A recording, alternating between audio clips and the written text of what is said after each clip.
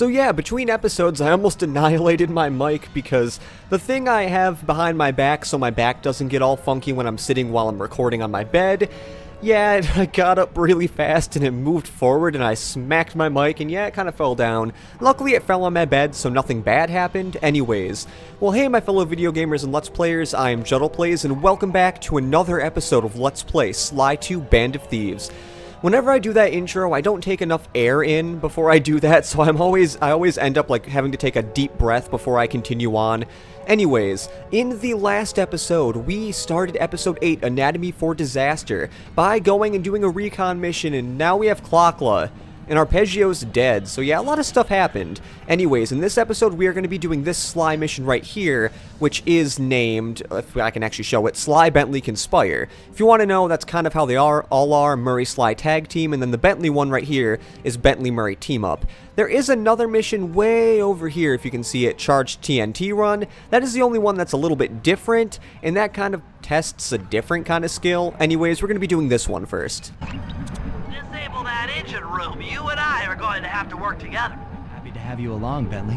What do you need me to do? Pickpocket the guard's keys to the engine room. Once you've got the door open, I'll take over. Okay, you should take your position. It's not going to take me long to lighten these guys of their keys. So if you want to get the main gist of how these missions work, it is that the first person of the thing, or like whoever you go out to the mission, they have to do the part where they have to like get the keys or make it so the one engine you can actually get into because they're all locked, except for the one that we have to do with the charged TNT.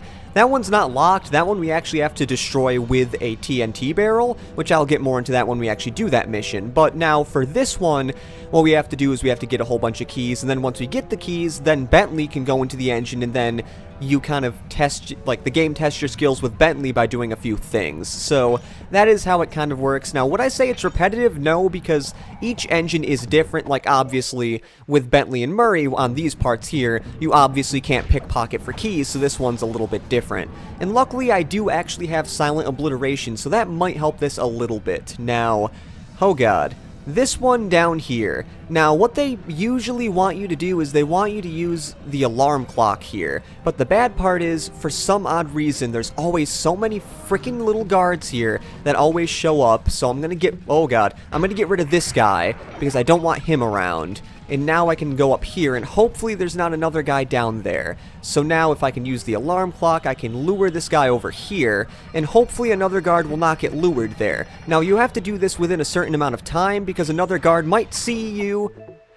Luckily I got the key before that happened, so I am perfectly fine, and yes, those guards throw lasers, so keep that in mind. Now, oh god, I used to have a lot of trouble with that guard right there, because like I said, for a lot of the time, like I'd throw the alarm clock, and then something bad would happen because, well, the guards would come chasing me, or at least the little guards, like you saw right there, and that's not good because when those little guards come and chase you, then you have to deal with them. So what I'd get into this big cycle of I'd have to take out the little guards, and then I'd have to go back and do that, but then there'd be another little guard there, so I'd have to do something else. I believe you can sneak to the side of that guy and pickpocket him, which for some reason I never did. Also, that one guard was chasing me, and luckily I guess that's good because I can easily get his key right now, as long as I don't accidentally get in this spotlight, because that is something I don't want. Now, there are lasers right there, as you see. I don't exactly know why they're there, but they are. Also, I really wish I was on the other side of this guy, like when he would be going up this little ramp instead of going down, because when he's going down that ramp, it's a little bit harder to do stuff, and that happened. Oh yeah, so in these clockwork eggs here, some of them do have enemies, so keep that in mind. Like, look at that enemy who just popped out of there. Now, not all of them do, so keep that in mind as well. And wait, what guard is chasing me? Okay, there was no guard chasing me. Okay, where are the last, like, 2 keys? There's one over there, and I do not know where there's another one, so hello, little boy. You're going to die to the wrath of Sly Cooper, as long as I don't accidentally get in these spotlights here, because those spotlights are not good. So yeah, if you've kind of noticed, there's a lot more spotlights in this area, and a lot more, like, I guess, a lot more security in this area for episode 8. I guess that, I mean, that's mostly because it's the final episode, so there's a lot more things that can harm you. And also, you can sneak under there if you want. I don't exactly know why you can sneak under there. I don't even know if you can actually, if it can disguise you or not. I mean, I think it would disguise you, but it's also kind of clear, so you'd think you'd kind of just go back down and... Come on, why are these guys all over the place? I have never seen that many of those guys come out of those eggs before. Like, I'm not used to it, man. I'm used to only a few coming out, and I'm also not used to how little coins I have. Oh my god. I thought I had a little bit more than that, but I forgot I spent, I think, like, all but 1 coin on the silent obliteration. Now, would I say that was a good purchase? I'm not exactly sure, but I guess I don't really regret it, because silent obliteration has been helping a little bit. I mean, you might not have seen it help, but maybe a lot of times, like, some guards would have heard us, like, smack a guard on the ground, and now they will not hear us because of reasons. Also, we are climbing an actual ladder. Okay, oh, yep, see, it's a little bit of the glitch one, where, see, they don't program it like it's a ladder, so you can kind of see your foot just not there, even though it kind of looks like it's there. By that, I mean, like, it's not on the rung of the ladder. Now, I know they really wouldn't do that, because obviously that would be a lot more programming to do, and there are not enough ladders that you climb in this game to warrant having to do that. I even think in, like, Sly 1, there's only, like, 1 ladder that you actually have to do that with. So, now, the dreaded little propeller. Don't worry, this dreaded little propeller will be a little worse on later, because let's just say that charged TNT run, you have to walk that TNT across this thing, and that's not the easiest thing to do in a certain amount of time. Now, luckily, the final guard we have to get right here is actually, like, perfectly still, so we can easily just get his stuff right here. Now, we could use the alarm clock, but why would you use that? Because, one, my pinky hit the one thing there. Why am I calling it the one thing? My pinky hit the mic, and that is not a good thing. So, yeah. I know this is really random, but I decided to talk about, I wanted to talk about this. Now, I did briefly mention this in the actual update I made about saying, like, oh, why videos haven't been going on, but I also mentioned that, yes, I did get a tattoo recently, and it is a tattoo of it's like my zodiac sign, Gemini, and it's not like the generic zodiac sign, Gemini. It's kind of like a little stylized one that my dad found, which I said in the update that I was thankful that he found that, and I'm still thankful for that, because the original picture I had, which was actually from a temporary tattoo place in this water park called Water Safari, which, if you don't live in upstate New York, I won't blame you that you won't know what that is. I think it's the biggest water park in New York State, which is saying something, because that water park isn't all that big. But then again, are water parks really that big, I guess you could say?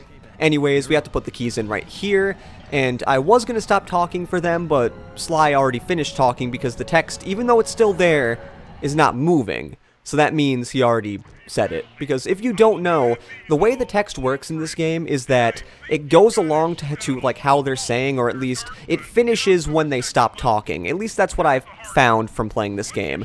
Now, oh god, before I continue talking about that tattoo story, I'm going to talk about this mission. Oh god, this mission. So, here, this one's a little bit nerve-wracking, because what you have to do is you have to destroy all of these lights. And you might be like, oh, well, what makes that hard, Jordan? Well, the thing that makes it hard is, as you've seen, I have been destroying all of the ones on the bottom and the top of them.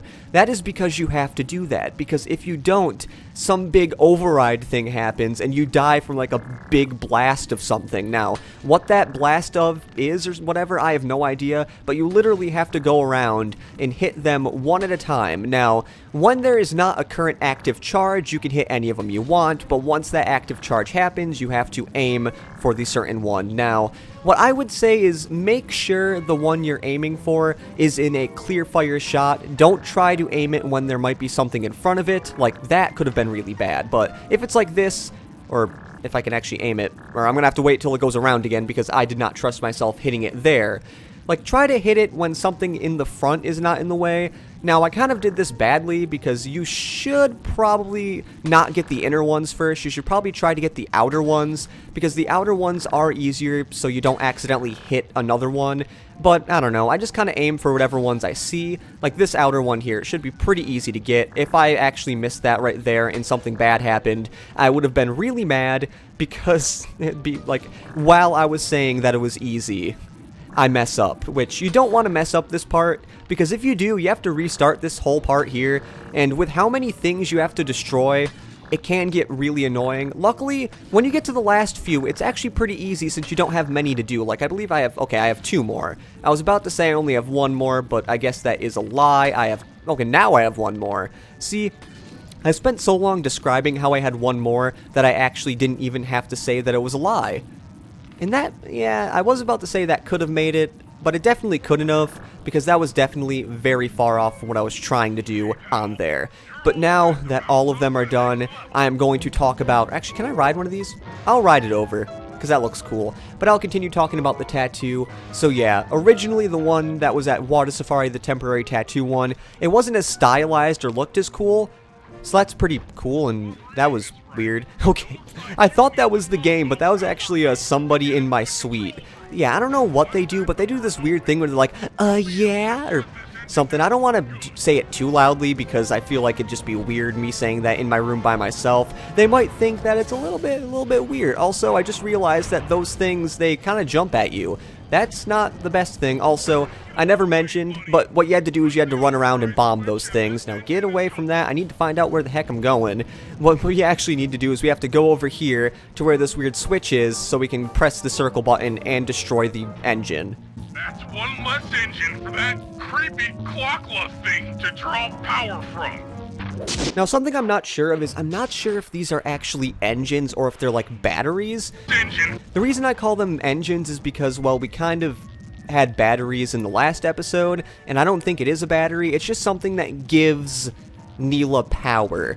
Now, why exactly it gives Neela power, I am not completely sure, but it does. Now, I was planning on doing, like, the Sly mission next, but I just realized that we are currently Bentley, so I may do the Bentley mission next, but I'm not sure. The reason why I'm not sure is because I don't think we're gonna have time to do the Bentley mission, and as of right now, this is the last video of the session, so I don't want to have to end the episode in the middle of a mission, because obviously that would be bad, and then I'd have to, like, redo that part of the mission again, and then, like, cut back to where I was, which...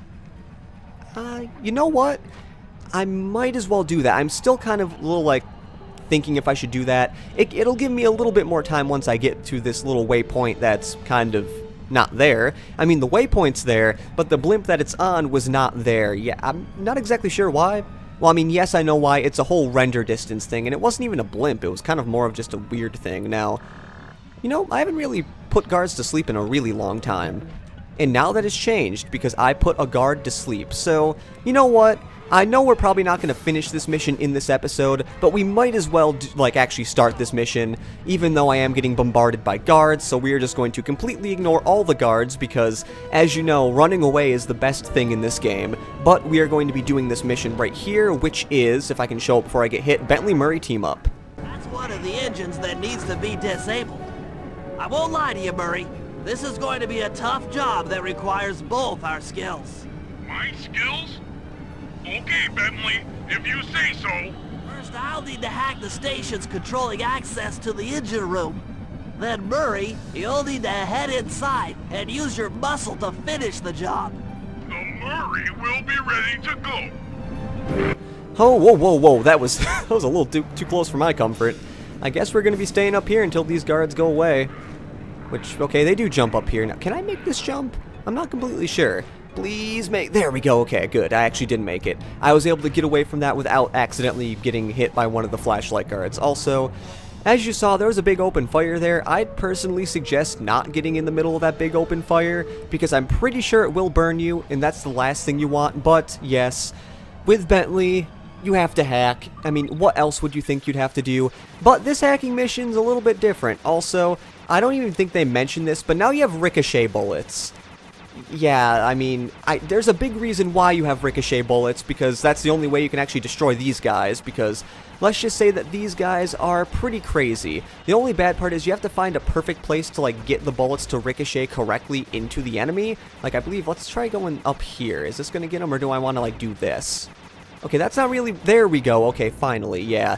Now, luckily, doing this ricochet thing, as you see, you can kind of kill some of these enemies off to the side. Whoa. Did I already kill all of those? I swear there were enemies over... I guess there was.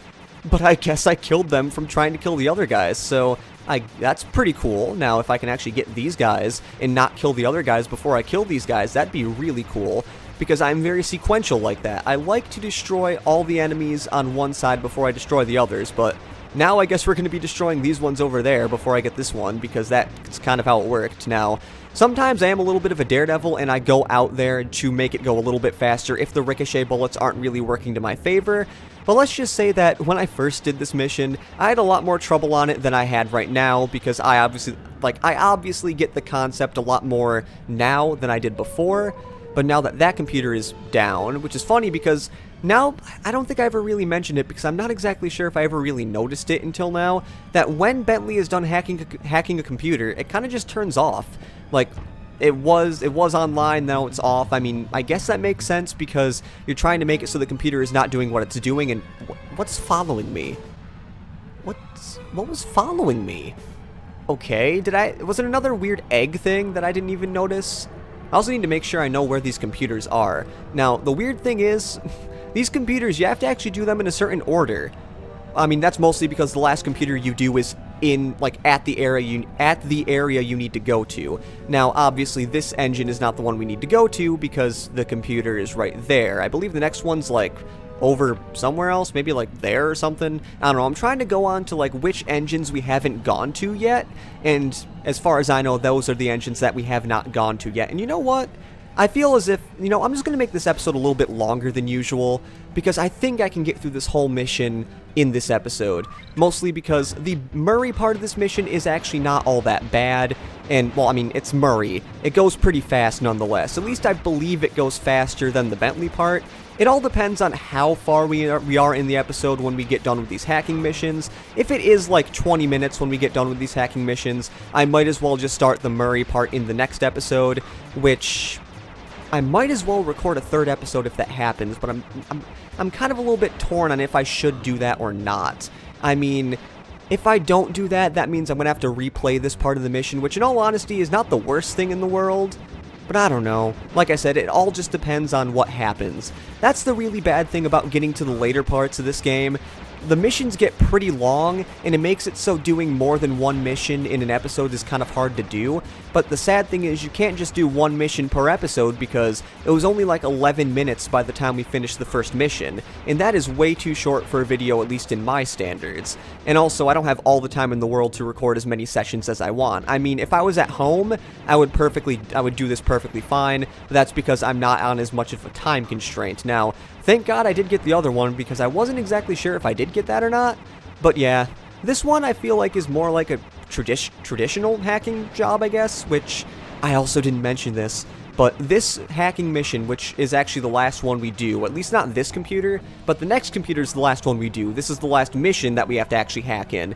It's different than the other ones. They're not all the same. They're actually a little bit different, and that is crazy, because we've gone through almost this entire game with well, at least since episode 4, with most of the hacking missions, like, just different variations of the same thing. But yeah, we have to get ready. This last hacking mission thing, this last computer is going to be the last computer we ever hack.